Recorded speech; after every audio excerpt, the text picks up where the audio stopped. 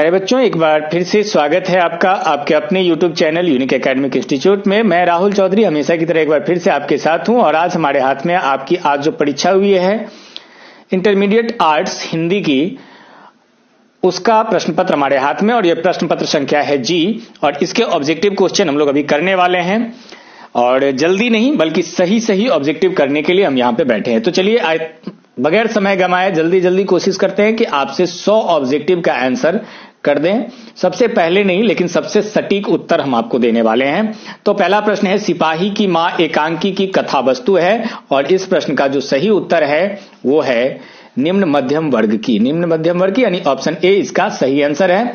चलिए दूसरे प्रश्न की तरफ बढ़ते हैं। दूसरा प्रश्न हमारा है, शेर सिंह का शस्त्र समर्पण आख्यानक काव्य किसके द्वारा लिखा गया है? तो दूसरे प्रश्न का जो सही उत्तर है वो है ऑप्शन बी यानी यह जयशंकर प्रसाद की रचना है।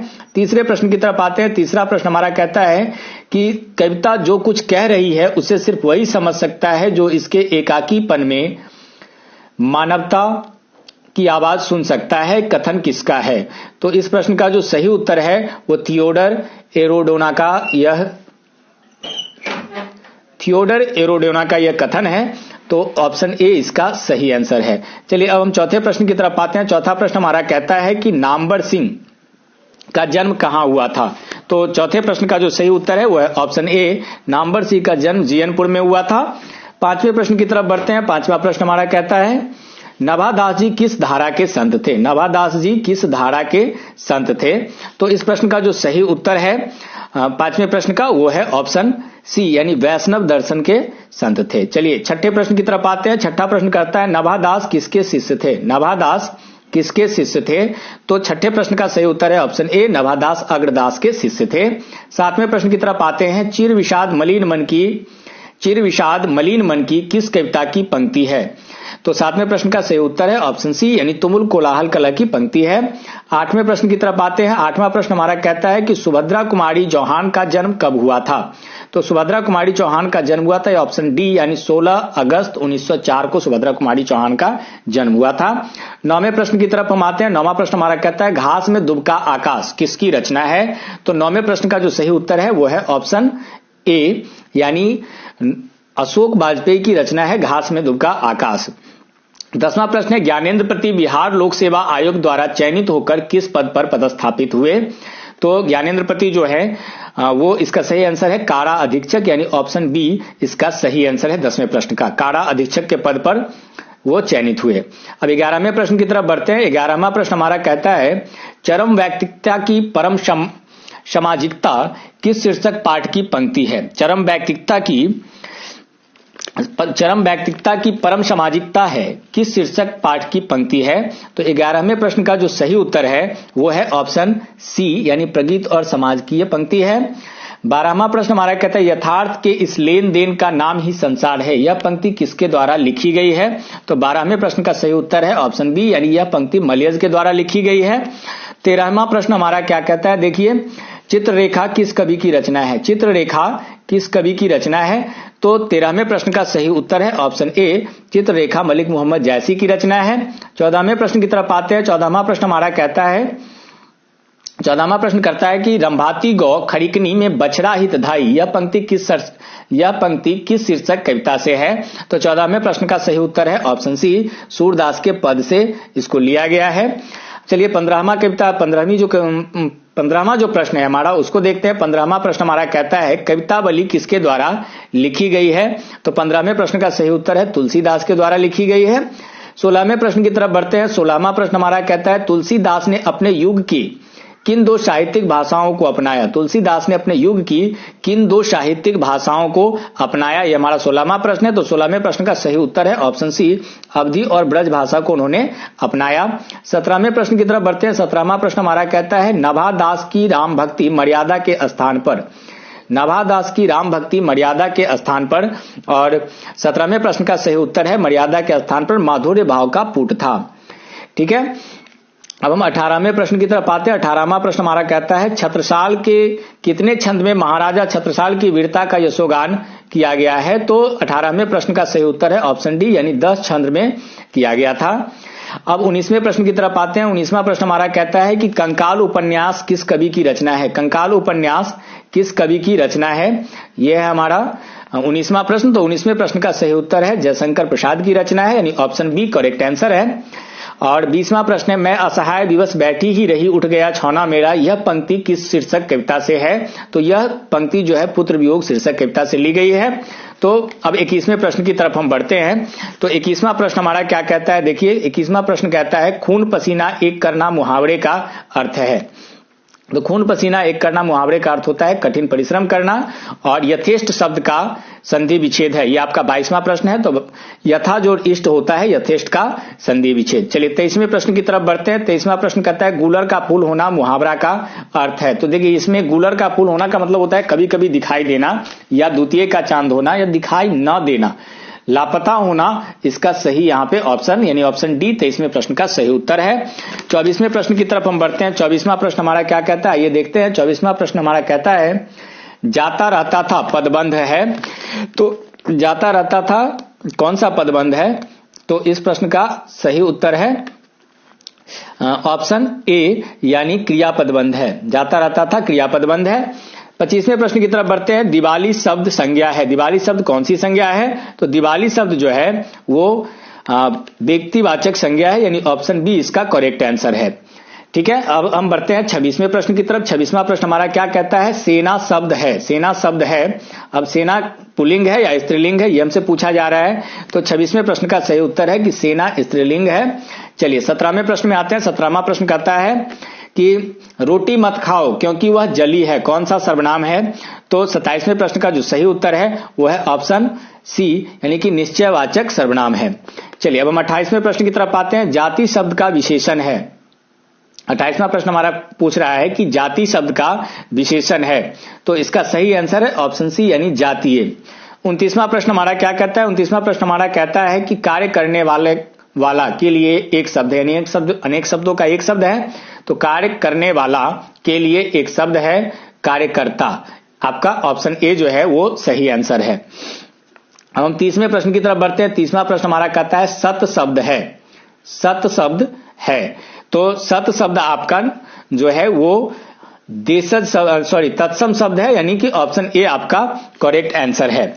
चलिए अब हम 31वें प्रश्न की तरफ बढ़ते हैं। 31वां प्रश्न हमारा कहता है इतने पास अपने शीर्षक संकलन किस कवि के द्वारा लिखा गया है? इतने पास शीर्षक संकलन किस कवि के द्वारा लिखा गया है? यह प्रश्न है आपका 31वां। तो 31वें प्रश्न का सही उत्तर जो आपका है वो है ये शमशेर बहादुर सिंह की रचना है, यानी द्वारा लिखा गया है यह संकलन। तो 31वें प्रश्न का सही आंसर है ऑप्शन डी। 32वें प्रश्न की तरफ आते हैं। 32वां प्रश्न हमारा कहता है हिंदी साहित्य में गजानन माधव मुक्तिबोध का उदय कैसे कवि के रूप में हुआ? तो उनका उपयोग प्रयोगवादी कवि के रूप में हुआ। तो 32वें प्रश्न का जो सही आंसर है वो है ऑप्शन ए। अब हम 33वें प्रश्न की तरफ बढ़ते हैं। 33वां प्रश्न हमारा कहता है कि रघुवीर सहाय का जन्म कब हुआ? 33वां प्रश्न आपका है रघुवीर सहाय का जन्म कब हुआ? तो रघुवीर सहाय की जन्म तिथि थी 9 दिसंबर 1929। कहीं नहीं वहीं कविता संग्रह किसके द्वारा लिखा गया है? यह आपका 34वां प्रश्न है। तो 34वें प्रश्न का सही उत्तर है ऑप्शन बी यानी कहीं नहीं वहीं कविता संग्रह अशोक वाजपेयी के द्वारा रचित है। चलिए 35वें प्रश्न की तरफ आते हैं। 35वां प्रश्न हमारा कहता है कौन लेखक कांगो के शिक्षा मंत्री, कौन लेखक कांगो के शिक्षा मंत्री, वित्त मंत्री एवं प्रधानमंत्री रह चुके हैं? यह आपका 35वां प्रश्न है। तो 35वें प्रश्न का सही आंसर है हेनरी लॉपेज जो है वो कांगो के शिक्षा मंत्री, वित्त मंत्री एवं प्रधानमंत्री रह चुके हैं। अब 36वां प्रश्न आपका है कि द का उच्चारण स्थान क्या है? तो द का उच्चारण स्थान जो है वो दंत है। तो बी आपका 36वें प्रश्न का करेक्ट आंसर है। चलिए अब हम आते हैं और आगे 37वें प्रश्न की तरफ। कहता है निम्न में शुद्ध शब्द कौन सा है? निम्न में शुद्ध शब्द कौन सा है? तो 37वें प्रश्न का जो सही उत्तर हो जाएगा प्रशंसा शुद्ध है, क्योंकि परिणाम में देखिए 9 गलत है, प्रसाद में श गलत है और परीक्षा में र दीर्घिकार होगा, हर्षिकार है, जिसका मतलब हो जाता है कीचड़। तो ये एक अशुद्ध शब्द माना जाता है। चलिए अब हम आते हैं 38वें प्रश्न की तरफ। 38वां प्रश्न हमारा कहता है तो क्वेश्चन एक साथ ले लेते हैं। 38वां प्रश्न हमारा कहता है निराधार शब्द का संधि विच्छेद क्या है। निराधार शब्द का संधि विच्छेद क्या है, यह आपका 38वां प्रश्न है। तो 38वें प्रश्न का सही उत्तर है नि जोड़ आधार निराधार का संधि विच्छेद है। 39वें प्रश्न की तरफ आते हैं, रक्षाबंधन कौन संज्ञा है। तो रक्षाबंधन जो है वो व्यक्तिवाचक संज्ञा है। तो 39वें प्रश्न का सही आंसर आपका ऑप्शन ए है। 40वें प्रश्न की तरफ आते हैं, गुस्सा शब्द है। 40वां प्रश्न है आपका कि गुस्सा शब्द है, और इस प्रश्न का सही आंसर है कि गुस्सा शब्द जो है वो पुल्लिंग है, यानी गुस्सा आपको क्यों आता है, चलिए पुल्लिंग है ये। तो 40 प्रश्नों का सही आंसर हो गया हमारे पास। अब 41वें प्रश्न की तरफ हम बढ़ते हैं। 41वां प्रश्न हमारा क्या कहता है, देखिए। तो 41वां प्रश्न हमारा कहता है कि पंजाब की भाषा तथा लिपि की समस्या किस लेखक की रचना है। पंजाब की भाषा तथा लेखक की समस्या, लिपि की समस्या किस लेखक की रचना है। तो इस प्रश्न का सही उत्तर है ऑप्शन ए, भगत सिंह की रचना है। भगत सिंह ने कैसी मृत्यु को सुंदर कहा है, यह आपका जो है क्या कहते हैं 42वां प्रश्न है। तो इसका जो करेक्ट आंसर हो जाएगा, देश सेवा के बदले दी गई फांसी को उन्होंने सुंदर कहा है। चलिए उसके बाद आगे आते हैं 43वें प्रश्न की तरफ। 43वां प्रश्न हमारा कहता है कि वैशाली महोत्सव का बीजारोपण किसने किया। वैशाली महोत्सव का बीजारोपण किसने किया, यह आपका 43वां प्रश्न है। तो 43वें प्रश्न का सही उत्तर हो जाएगा जगदीश चंद्र माथुर ने वैशाली महोत्सव का बीजारोपण किया। अब 44वां प्रश्न लेते हैं। 44वां प्रश्न हमारा कहता है, ओ सदानीरा निबंध किस पुस्तक से लिया गया है। ओ सदानीरा निबंध किस पुस्तक से लिया गया, यह आपका 44वां प्रश्न है। तो 44वें प्रश्न का सही उत्तर है ऑप्शन सी, यानी बोलते छंद से इसको लिया गया है। चलिए उसके बाद आते हैं 45वें प्रश्न की तरफ। 45वां प्रश्न हमारा कहता है, रामपुरबा कहां है। रामपुरबा कहां है। तो 45वें प्रश्न का जो सही उत्तर है वो हो जाएगा ऑप्शन ए, भितिहरवा के पास रामपुरबा पड़ता है। चलिए गंडक नदी का जल सदियों तक, ये आपका 46वां प्रश्न है। तो गंडक नदी का जल सदियों तक शांत रहा है। 46वें प्रश्न का सही आंसर हो जाएगा ऑप्शन ए। चलिए अब हम 47वें प्रश्न की तरफ आते हैं। 47वां प्रश्न हमारा कहता है, गांधी जी को महुए के पेड़ के नीचे किसने जगह दी। तो गांधी जी को महुए के पेड़ के नीचे मठ के महंत ने जगह दी। करेक्ट आंसर हो जाएगा आंसर सी, सिपाही की मां एकांकी किस पुस्तक से ली गई है, यह आपका 48वां प्रश्न है। तो 48वें प्रश्न का सही उत्तर है अंडे के छिलके तथा अन्य एकांकी से सिपाही की मां को लिया गया है। चलिए अब हम 49वें प्रश्न की तरफ आते हैं। 49वां प्रश्न हमारा क्या है, मुन्नी कौन थी। तो ये 49वां प्रश्न हमारा है, मुन्नी कौन थी। तो 49वें प्रश्न का सही उत्तर है ऑप्शन डी, यानी विष्णु की बेटी का नाम मुन्नी था। और 50वां प्रश्न हमारा कहता है, प्रगीत और समाज निबंध किस निबंध संग्रह से लिया गया है। तो 50वें प्रश्न का सही उत्तर हो जाएगा वाद विवाद संवाद नामक निबंध संग्रह से इसको लिया गया है। ऑप्शन डी जो है करेक्ट आंसर हो जाएगा 50वें प्रश्न का। आधा यानी सेक्शन हम लोगों ने कर लिया, 50 सही उत्तर हम लोगों ने कर लिया। अब 51वें प्रश्न की तरफ आते हैं और देखते हैं 51वां प्रश्न हमारा क्या कहता है। तो जल्दबाजी से ज्यादा महत्वपूर्ण है सही उत्तर जानना। चलिए 51वें प्रश्न की तरफ हम आते हैं। 51वां प्रश्न हमारा क्या कहता है, देखिए कवि शब्द का स्त्रीलिंग शब्द क्या है। तो कवि शब्द का स्त्रीलिंग होता है कवित्री, कवयित्री, यानी ऑप्शन सी करेक्ट आंसर है। 52वां प्रश्न हमारा क्या कहता है। 52वां प्रश्न कहता है, वह कौन है जो पड़ा रो रहा है, किस सर्वनाम का उदाहरण है। तो 52वें प्रश्न का जो सही उत्तर है वो है ऑप्शन सी, यानी वह कौन है, यह प्रश्नवाचक सर्वनाम है। और अब 53वें प्रश्न की तरफ हम आते हैं। 53वां प्रश्न हमारा क्या कहता है। तो 53वां प्रश्न हमारा कहता है कि निडर शब्द में उपसर्ग है। निडर शब्द में उपसर्ग है, तो निडर शब्द में नी जो है ये उपसर्ग है। तो ए ऑप्शन आपका सही आंसर है। 54वें प्रश्न की तरफ आते हैं। 54वां प्रश्न हमारा कहता है, पढ़ने वाला शब्द में प्रत्यय है। पढ़ने वाला शब्द में प्रत्यय है, तो पढ़ने वाला शब्द में वाला जो है वह प्रत्यय है। तो 54वें प्रश्न का सही उत्तर है सी। 55वें प्रश्न की तरफ हम आते हैं। 55वां प्रश्न हमारा क्या कहता है, नवयुवक शब्द कौन सा समास है। नवयुवक शब्द कौन सा समास है। तो उसका सही उत्तर हो जाएगा नवयुवक शब्द कर्मधारय समास है, यानी ऑप्शन सी जो है वो आपका करेक्ट आंसर है। अब चलिए हम 56वें प्रश्न की तरफ आते हैं। 56वां प्रश्न कहता है, मैंने भोजन नहीं किया और इसलिए मेरी भूख नहीं मिटी, किस वाक्य का उदाहरण है। मैंने भोजन नहीं किया और इसलिए मेरी भूख नहीं मिटी, यह किस वाक्य का उदाहरण है। तो यह संयुक्त वाक्य का उदाहरण है। तो इसका करेक्ट आंसर हो जाएगा ऑप्शन बी, 57वें प्रश्न की तरफ आते हैं। 57वां प्रश्न कहता है हमारा कि घर शब्द का पर्यायवाची है। तो गृह, भवन, निकेतन, मंदिर, शाला। तो निकेतन शब्द यहाँ पे ऑप्शन ए में है, तो ऑप्शन ए जो है वो हमारा करेक्ट आंसर हो जाएगा। 58वें प्रश्न की तरफ आते हैं। आदान शब्द का विलोम शब्द है। तो ये आप भी जानते हैं कि आदान तो प्रदान, यानी ऑप्शन बी 58वें प्रश्न का सही आंसर हो जाएगा। 59वें प्रश्न की तरफ आते हैं। 59वां प्रश्न कहता है गला छूटना मुहावरे का अर्थ है। तो गला छूटना मुहावरे का अर्थ होता है पिंड छूटना, यानी जान छूटना, किसी के पल्ले से छूट करके निकल जाना। अब 60वें प्रश्न की तरफ आते हैं। 60वां प्रश्न हमारा कहता है मरण तक के लिए एक शब्द है। मरण तक के लिए एक शब्द है। तो मरण तक के लिए एक शब्द है आमरण। मरण तक के लिए एक शब्द है आमरण नहीं, माफ कीजिएगा, मरण तक के लिए एक शब्द है, मरने तक के लिए यानी कि एक शब्द है, वो है आजीवन। तो करेक्ट आंसर आपका हो जाएगा ऑप्शन बी, मरण तक के लिए एक शब्द है आजीवन। और 61वें प्रश्न की तरफ आते हैं। 61वां प्रश्न हमारा कहता है कि प्रातः काल शब्द का संधि विच्छेद है। प्रातः काल शब्द का संधि विच्छेद है। तो प्रातः काल शब्द का संधि विच्छेद है प्रातः जोड़ काल। तो ऑप्शन ए इसका करेक्ट आंसर है। अदरक शब्द है। 62वां प्रश्न हमारा कहता है कि अदरक शब्द है। अदरक किस प्रकार का शब्द है? तो 62वें प्रश्न का सही उत्तर हो जाएगा ऑप्शन बी, अदरक एक पुल्लिंग शब्द है। चलिए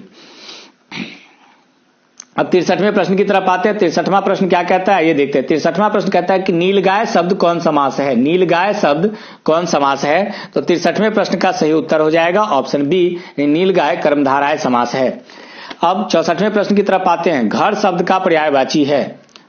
घर शब्द का पर्यायवाची है। तो 64वें प्रश्न का सही आंसर हो जाएगा ऑप्शन डी, यानी घर शब्द को गेह भी कहते हैं। तो घर शब्द का पर्यायवाची है गेह। चलिए 65वें प्रश्न की तरफ आते हैं। 65वां प्रश्न हमारा कहता है कौरव शब्द में प्रत्यय है। कौरव शब्द में प्रत्यय है। तो इस प्रश्न का सही उत्तर हो जाएगा आपको 65वें प्रश्न का ऑप्शन सी, यानी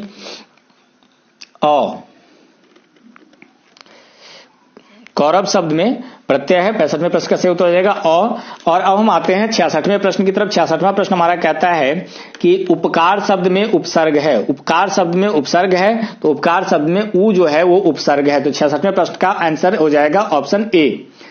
67वें प्रश्न की तरफ आते हैं। 67वां प्रश्न हमारा क्या कहता है ये देखते हैं। धर्म शब्द है। धर्म शब्द है।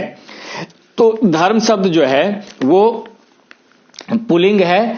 तो ऑप्शन बी करेक्ट आंसर हो जाएगा। और 60वें प्रश्न की तरफ आते हैं। और 60वां प्रश्न हमारा कहता है कि विराम शब्द का शाब्दिक अर्थ होता है ठहराव, यानी ऑप्शन ए जो है वो करेक्ट आंसर हो जाएगा। और 60वें प्रश्न का 69वें प्रश्न की तरफ आते हैं। 69वां प्रश्न हमारा क्या है आइए देखते हैं। तो सुक्ति का संधि विच्छेद क्या है? सुक्ति का संधि विच्छेद क्या है? तो 69वें प्रश्न का सही उत्तर हो जाएगा आंसर सी, यानी सुजोर उक्ति। और अब हम 70वें प्रश्न की तरफ आते हैं। 70वां प्रश्न हमारा क्या कहता है? तो 70वां प्रश्न हमारा कहता है निम्न में सार्वनामिक विशेषण कौन सा है? निम्न में सार्वनामिक विशेषण कौन सा है? तो ऐसा आदमी नहीं देखा, यह एक सार्वनामिक विशेषण है। तो चलिए अब हम आगे बढ़ते हैं 71वें प्रश्न की तरफ। 71वां प्रश्न हमारा क्या कहता है आइए देखते हैं। अनुभव शब्द है। 71वां प्रश्न हमारा कहता है कि अनुभव शब्द है। अनुभव किस प्रकार का शब्द है? तो अनुभव जो है वह पुल्लिंग है। अब 72वें प्रश्न की तरफ आते हैं। तीर्थ यात्रा शब्द कौन समास है? 72वां प्रश्न हमारा है कि तीर्थ यात्रा शब्द कौन सा समास है? तो तीर्थ यात्रा शब्द जो है वो तत्पुरुष समास है, यानी कि ऑप्शन सी इसका करेक्ट आंसर हो जाएगा। अब हम 73वें प्रश्न की तरफ आते हैं। 73वां प्रश्न हमारा कहता है हास्यपद शब्द में प्रत्यय है। हास्यपद शब्द में प्रत्यय है। तो हास्यपद में कौन सा प्रत्यय है आइए देखते हैं। तो हास्य में आस्पद जो है वो प्रत्यय है, यानी ऑप्शन डी इसका सही आंसर हो जाएगा। 74वें प्रश्न की तरफ आते हैं। हमारे विद्यालय के प्राचार्य आ रहे हैं। पदबंध है। हमारे विद्यालय के प्राचार्य आ रहे हैं, इसमें कौन सा पदबंध है? तो संज्ञा पदबंध है, यानी ऑप्शन सी जो है 74वें प्रश्न का सही उत्तर हो जाएगा। चलिए 75वें प्रश्न की तरफ आते हैं। 75वां प्रश्न हमारा क्या कहता है? समाज शब्द का विशेषण है। 75वां प्रश्न आपका है कि समाज शब्द का विशेषण है। तो सामाजिक, समाज शब्द का विशेषण है, यानी ऑप्शन ए जो है वो आपका करेक्ट आंसर हो जाएगा। 76वें प्रश्न की तरफ आते हैं। 76वां प्रश्न कहता है मनोविनोद शब्द कौन लिंग है? तो मनोविनोद शब्द पुल्लिंग है। ऑप्शन ए 76वें प्रश्न का सही उत्तर हो जाएगा। अब हम 77वें प्रश्न की तरफ आते हैं। 77वां प्रश्न हमारा कहता है कि मुझे भी छात्रवृत्ति मिलती थी, सर्वनाम है, मुझे भी छात्रवृत्ति मिलती थी, इसमें सर्वनाम कौन सा है? तो 77वें प्रश्न का सही उत्तर हो जाएगा ऑप्शन बी यानी निजवाचक सर्वनाम है। 78वें प्रश्न की तरफ आते हैं। 78वां प्रश्न हमारा कहता है कि प्रेम शब्द का विशेषण है, तो प्रेम शब्द का विशेषण है प्रेमी यानी ए करेक्ट आंसर हो जाएगा। और 79वें प्रश्न की तरफ आते हैं। 79वां प्रश्न क्या कहता है? शुद्ध वाक्य निम्न में से कौन सा वाक्य शुद्ध है?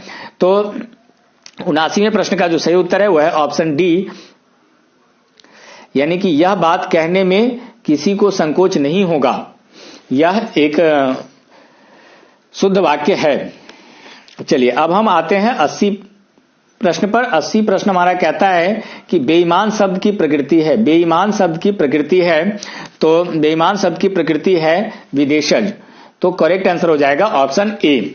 चलिए अब 81वें नंबर प्रश्न की तरफ बढ़ते हैं। 81वां नंबर प्रश्न हमारा क्या कहता है? सत्संग में किनकी अभिरुचि थी? सत्संग में किनकी अभिरुचि थी? तो सत्संग में सूरदास की अभिरुचि थी, तो ऑप्शन बी करेक्ट आंसर हो जाएगा। 82वें प्रश्न की तरफ आते हैं। मलिक मोहम्मद जायसी की मृत्यु कब हुई? तो मलिक मोहम्मद जायसी की मृत्यु लगभग 1548 ईस्वी में हुई।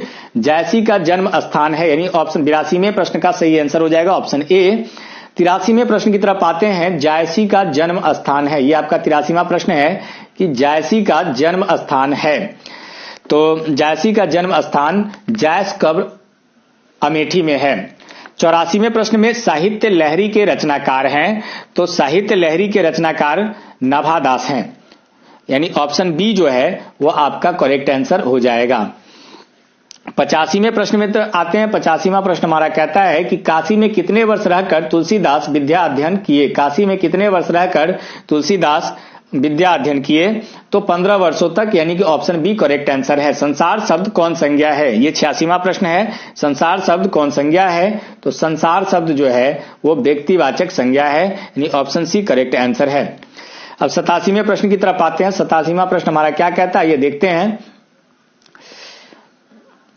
87वां प्रश्न हमारा कहता है कि विवाह शब्द है, विवाह शब्द क्या है? तो विवाह शब्द जो है वो स्त्रीलिंग है, ऑप्शन ए करेक्ट आंसर है। वह कुल्हाड़ी से वृक्ष काटता है, इसमें कौन सा कारक है? वह कुल्हाड़ी से वृक्ष काटता है, इसमें कौन सा कारक है? यह 88वां प्रश्न है, तो इसमें करण कारक है।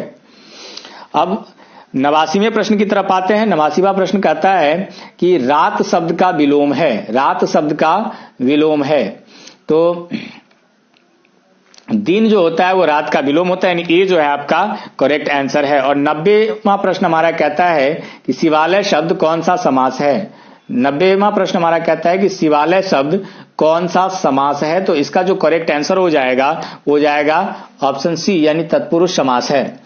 अब 91वां प्रश्न हमारा कहता है बातचीत शीर्षक निबंध के अनुसार जो कुछ मवाद या धुआं जमा रहता है वह निकल पड़ता है कैसे?